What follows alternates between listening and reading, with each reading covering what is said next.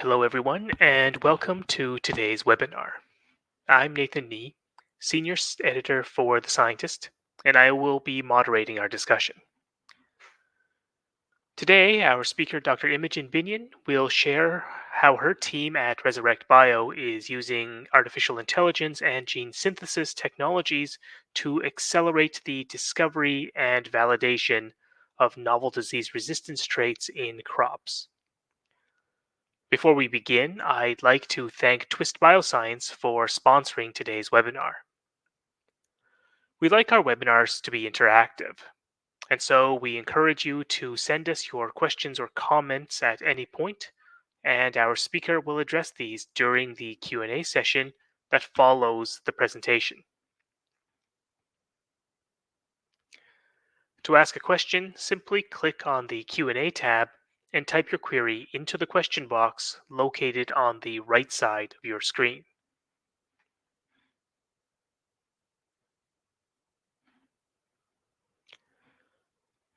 Our sponsor has provided us with some helpful resources related to today's webinar, and we have posted these in our handout section on the right side of your screen. You can access and download these documents at any time during the webinar. If you have minimized the Q&A panel, simply click on the blue chat button in the bottom right corner to bring it back.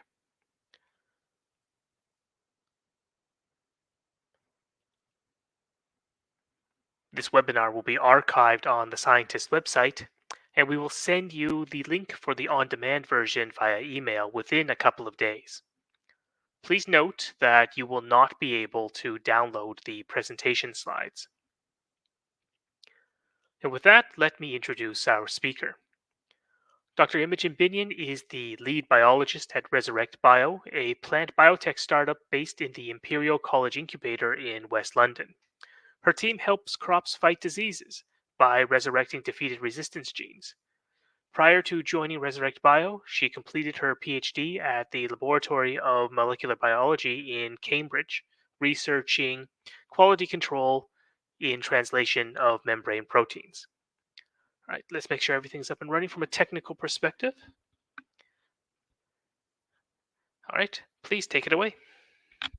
Hi, I'm Imogen, and I'm a lead biologist at Resurrect Bio. We are a plant disease resistance trait discovery company based in the Imperial Incubator in Scalespace, which is in White City, West London. Today I'm going to tell you how we resurrect plant defense mechanisms to avoid crop pathogens using our Florifold AI. My webinar today will last around 20 minutes, leaving plenty of time for Q&A at the end. Today I'm going to take you through why plant disease resistance trait discovery is important and the existing challenges with finding solutions to this problem. I will then explain Resurrect Bio's solution, using gene editing to resurrect natural plant immunity by overcoming pathogens that suppress plant defenses. I will then tell you about the AI and wet lab platforms that we have developed to identify these suppressed defense genes, and how we used Twist Bioscience DNA synthesis to scale our solution and resurrect these genes. Crop disease is a $220 billion problem, with an estimated 20 to 40% of global crops lost annually. The UN predicts that over 600 million people will face hunger by 2030, and global food security is at risk. We have seen for ourselves in recent years the impact of conflicts, pandemics, and climate change, contributing to food shortages on our own shelves, and it's getting worse. Climate change is enabling pathogens to thrive in regions where they previously wouldn't, leading to plant pandemics. Pathogens naturally evolve faster than plants, especially in farmed monocultures, where crops have no chance to adapt naturally alongside the pathogen that they are faced with. We are turning away from harmful pesticides, which, whilst a good move for the environment, is challenging for farmers who are left with few alternative suitable solutions. There are many examples of crop pathogens which are hugely disruptive to farmers around the world. Asian soybean rust costs Brazilian farmers alone $2 billion annually. And another example is wheat stem rust, which costs farmers over $3 billion annually. These are just two examples of highly destructive pathogens, but as anybody who's tried to grow their own vegetables at home knows, there are many, many examples of crop pathogens which can disrupt plant yield and health.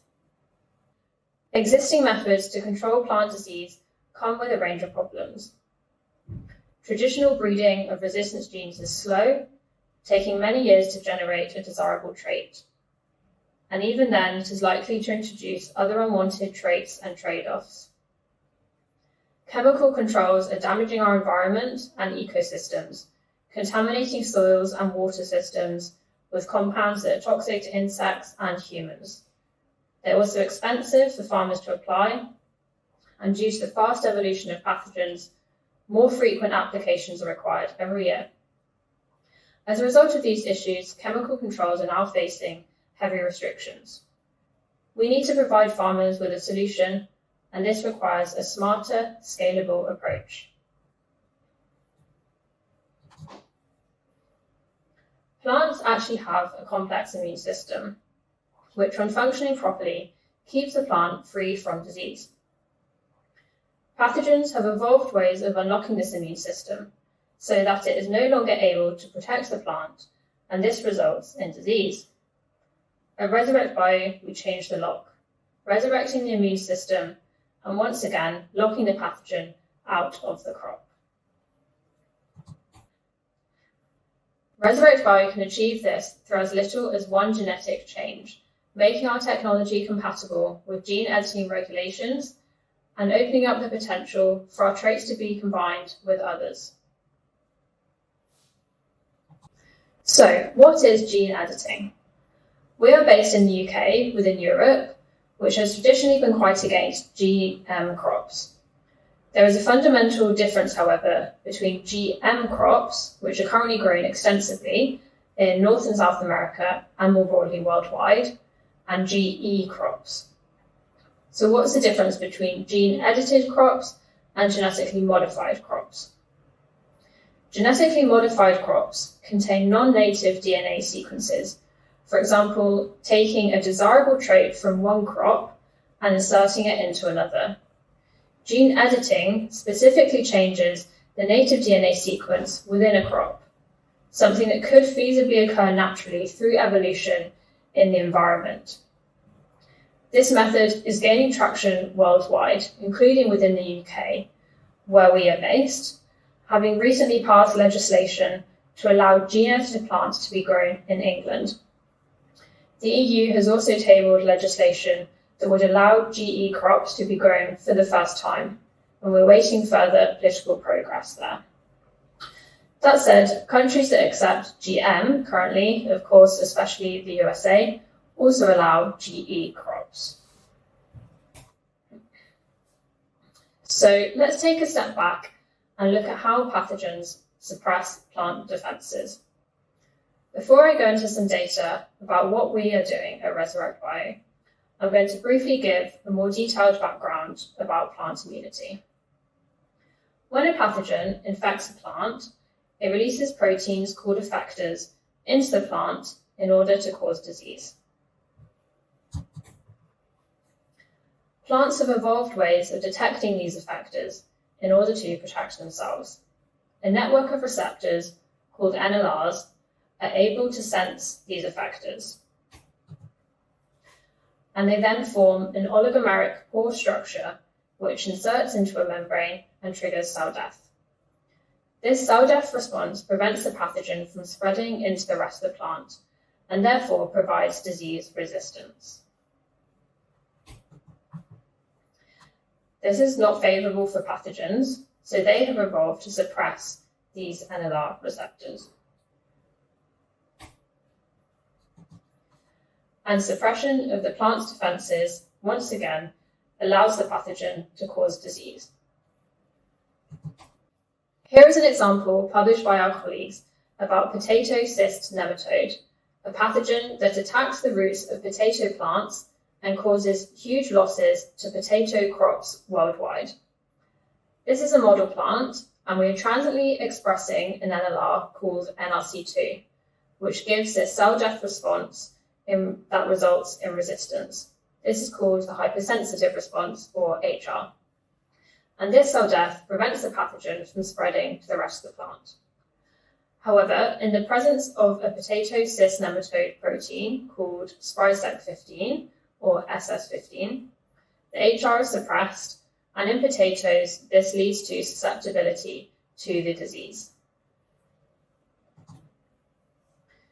Crystal structure data confirmed that Sprisec15 binds directly to the NLR protein and prevents it from being activated. And this information helps to select regions in the NLR to mutate in order to reverse the suppression. When the interacting regions are mutated, the suppressor can no longer bind to the NLR. Protein interaction data verifies that the interaction between the resurrected NLR and the suppressor is lost, as you can see here through the loss of bands from this co-IP. And when the mutated NLR is expressed in the plant, its cell death activity is restored in the presence of Sprisec15, and the immunity of the plant is resurrected. So to recap, we are able to find NLRs that are targeted by pathogen suppressors and break these interactions, which resurrects the plant's immunity. So we have a solution: resurrecting defeated crop immunity. How can we scale this to resurrect immunity in many crops against many pathogen suppressors? Our vision at Resurrect Bio is to resurrect natural immunity at scale. And to do this, we've established a 3-part screening platform. The first part of this is our FluoroFold AI tool, which I'll talk about in more detail on the next slide. Second is our proprietary rapid plant platform, which enables us to screen many of the candidates that the AI tool identifies. And finally, we do validation steps in a model plant before the trait can be implemented into the crop for further validation. Our candidate search pipeline first detects potential resistance genes from the crop genome by leveraging our in-house expertise. We then have a pipeline to identify potential suppressor candidates from the pathogen genome. FluoroFold screens the crop genes against the pathogen genes and predicts which are likely to be interacting, which could indicate a suppressor hit. This results in a much smaller list of candidates, which can then be screened in the wet lab.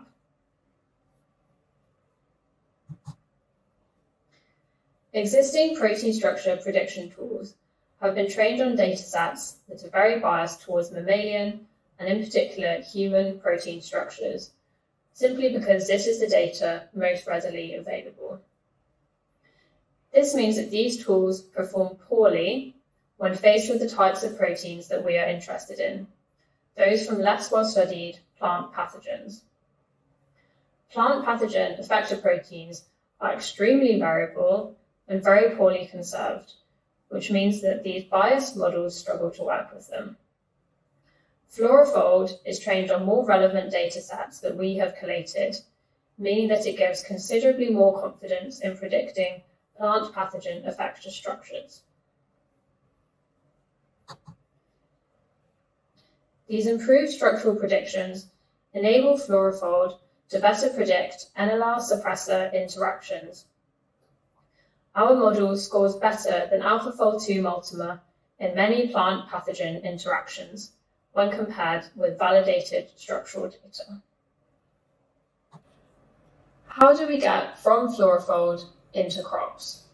We have this great tool that can screen hundreds of thousands of potential suppressors, but due to the nature of AI-based screening, we still need to rule out many false positives before we can select our best hits for gene editing. This requires screening candidates in the wet lab using our rapid plant platform. And this is where we face a huge bottleneck. Our rapid plant platform is able to screen thousands of candidates a week, but for this, we need DNA in order to express those genes. DNA synthesis has been very expensive in the past, and it can be slow, but we need an affordable solution that is also quick, so we can keep up our high screening rate. This is why we use Twist Bioscience for DNA synthesis as part of our Resurrection platform. With Twist, we are able to rapidly synthesize genes, and the flexible options depending on gene size and expression construct mean that we can tailor our order to the specific needs of that experiment. Without Twist, we wouldn't have been able to do this even 10 years ago, and now this rapid discovery pipeline is not even possible, but easy. We love the clonal genes from Twist, which enable us to clone pathogen genes for screening straight into our onboarded custom vector, removing laborious cloning process within the lab and enabling us to follow up on our AI-generated hits with minimal hands-on lab time. For optimizing expression of different crop receptors, we like to use gene fragments, as this enables us to mix and match different components of our constructs. The sequence data of the results we validate in the wet lab can then be fed back into Florifold and used to further train our AI so that its future predictions. The sequence data of the results that we validate in the wet lab can then be fed back into Florifold and used to further train our AI so that its future predictions are even better. This positive feedback cycle is only possible due to the ability to rapidly and affordably synthesize DNA on a large scale. As I previously mentioned, existing AI tools are biased towards mammalian datasets, so this enables us to further develop the availability of our data for us to train plant pathogen interaction tools on. To summarize, at Resurrect Bio, we resurrect plant immunity using a pipeline that screens hundreds of thousands of potential suppressor interactions using our Florifold AI tool. We then use Twist DNA synthesis to feed these hits into our rapid plant platform to narrow down to a few high-quality candidates for more in-depth experiments in plants. Once validated, the trait can be deployed into the crop using gene editing. The pipeline that we have developed can work on any crop, most pathogens, and many pests. So far, we have only just touched the surface of what we are going to discover. If you're interested in defeating plant pathogens, we would love to hear from you, so please get in touch. Thank you very much for joining our webinar today in partnership with Twist Bioscience. And for more information about Resurrect Bio, please have a look at our website or find us on LinkedIn to keep up to date with our recent progress. We can now answer any questions.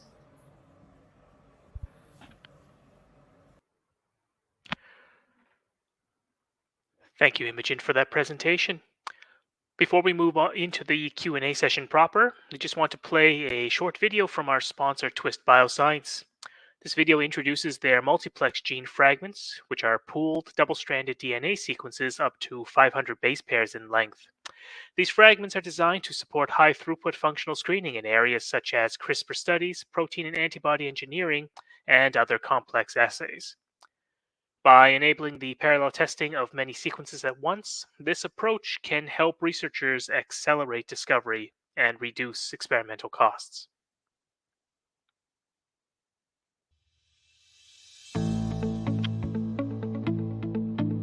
High-throughput screening is fundamental to biomedical research, particularly for the development of protein-based therapeutics. By iteratively screening protein variants, researchers explore a protein's vast sequence space. in search of a novel variant with desired optimized properties. However, finding the right protein variant is difficult, even with the latest AI tools. Large-scale screens and training datasets for machine learning require pools of DNA, encoding thousands of defined protein variants to effectively sample the protein sequence space. There are many ways that researchers can generate their screening libraries, but current technologies leave much of the sequence space out of reach and underexplored. If your protein is longer than 300 nucleotides, your options for building screens are either very expensive, very limited, or very biased. As a result, the sequence space of most known protein sequences cannot be effectively studied in high throughput. To advance therapeutic protein development and AI-driven screening, researchers need tools to economically synthesize longer sequences at scale. At Twist, we constantly ask, how can we give more scientists access to longer synthetic DNA on a large scale? Our team used our proprietary silicon-based platform, optimized chemistry and automation to become the only company able to synthesize precisely designed pooled sequences that push the boundary beyond 300 nucleotides. This innovative new product, called multiplex gene fragments, consists of uniform pools of double-stranded DNA that are designed to your sequence specifications. In just 1 week, you can receive pooled lyophilized gene fragments, up to 500 base pairs ready for use in your high-throughput screen. With access to significantly more sequence space, you could precisely synthesize a library to generate training datasets to improve your machine learning model, or screen single-domain heavy-chain antibody variable regions and make discoveries that will lead to the next blockbuster protein therapeutic. So, what will you do with significantly more sequence space? Get started with multiplex gene fragments today.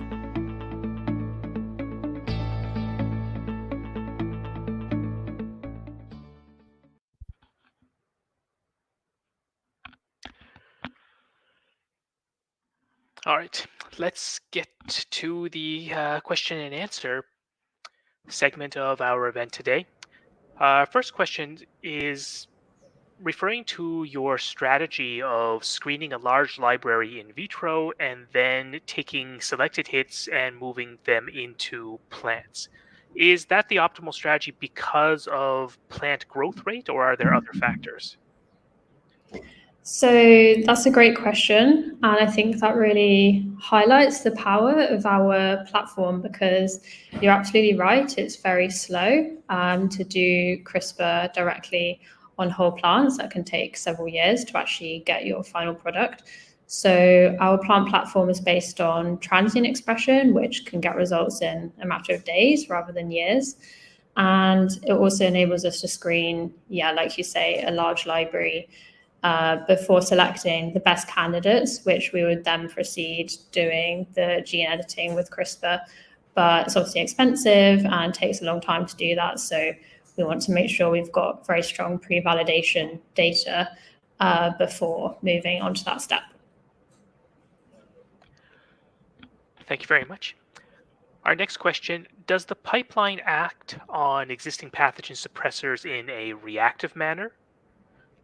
Or is the pipeline also adapted to predict and counteract future pathogen suppressor mutants based on evolutionary trajectory? Yeah, that's a really interesting point, because I think I mentioned at the beginning of the talk, a big problem with plant resistance is that pathogens do evolve so quickly. So the benefit of our fluorophore tool is that it's able to screen so many different things from the pathogen. So we can sequence or use sequence-based data from pathogens that are actually in the field, and maybe they've evolved like in more recent years. So we try and use data that's as up-to-date as possible to understand whether the pathogens have evolved, and then use those sequences in our AI tool. Thank you very much. Will these plants that that are created through this process, will they cross with existing plants, or will they have to be kept segregated? Sorry, can you repeat that again? Sorry. So the plants created using this method, the new strains, will they, if put into, you want to say the wild or put into a field, will they Yeah. crossbreed with existing strains? Okay, yeah. So it's unlikely that, it's possible that plants can crossbreed with wild species of the same plant, but it's quite unusual that they're grown in close proximity. So generally it's quite safe that they would be kind of restricted to the field where they're growing. Thank you very much. Next question is, how can the wet lab part be sped up to catch up with the speed of the in silico screening? Yeah, that's always going to be the biggest bottleneck for sure.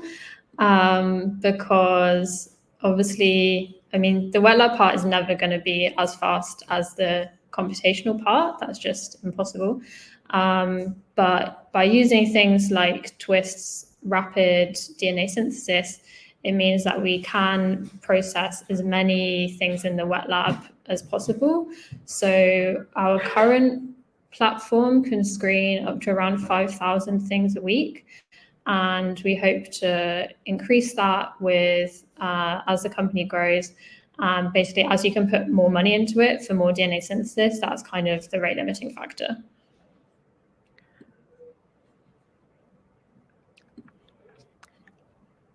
So I have a question on what is the, I guess, efficiency or the effectiveness of the in silico determined hits moving over to the wet lab portion? Does every hit determined in silico take during the wet lab portion, or is it a little bit more hit and miss?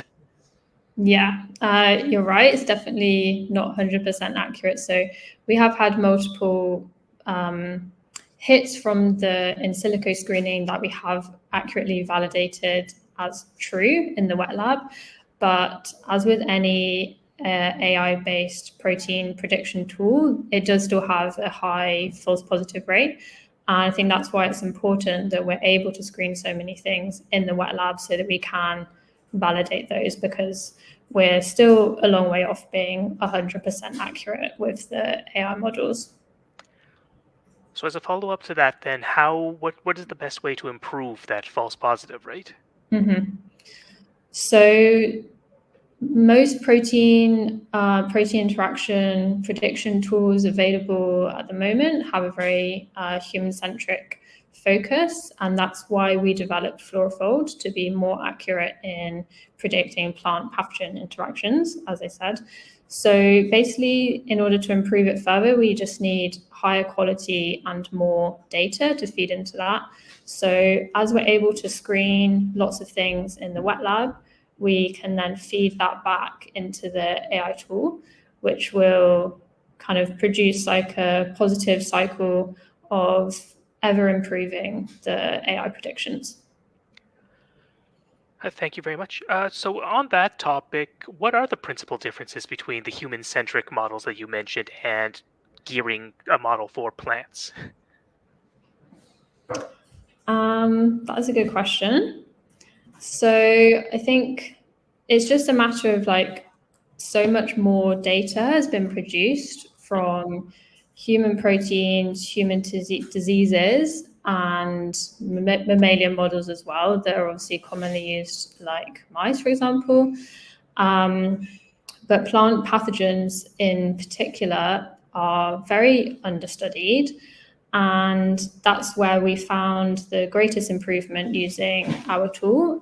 So plant effectors are very variable, and plant pathogen effectors are very variable and quite poorly conserved. And so there's a big gap in the data available there. The plant receptors are actually relatively similar to ones found in humans, so that's less of a challenge, but we're still able to improve on that by feeding the plant relevant data as well as some of the human data. So sometimes the human data is useful, but for microbes, it's a lot less useful. Thank you very much. Are you focusing on a specific crop, and are there any considerations that you have to make to focus on a specific crop, or is it better to extend the model to plants as a whole, as it were? Mm-hmm. Yeah, great question. So the crops that we're focusing on at the moment are you can imagine the blockbuster crops that have a huge global market around the world: soy, wheat, corn, etc. But the great strength of our model, both the AI model and our lab-based model, is that it's actually crop agnostic. So it doesn't actually matter what the crop is, we just need the genome sequence. And then both the AI model and our lab-based screening platform are able to deal with that. So we can work on all crops and then most pests, most pathogens, and many pests. Do you notice any effects to growth or yield after in the edited plants? Mm-hmm. So we're not quite at that stage yet. We have plants currently being developed with our edits in, but like I said a few questions ago, that's a very slow process. So we haven't actually yet completed our field trials of the final edited crop. We obviously hope not, but if there are other side effects, then we would need to balance that with whether the benefit we gain from resistance is, better than any other disadvantage it introduces. Thank you very much. I think we can wrap up with one final question, and that'll be: what other AI applications for plant engineering should we be excited about? So I think the really exciting thing now with AI is that actually it's so accessible to everybody. There's so many resources available online, so much coding support available using ChatGPT. So you don't need to be, really expert in the AI area to be able to apply this to your field.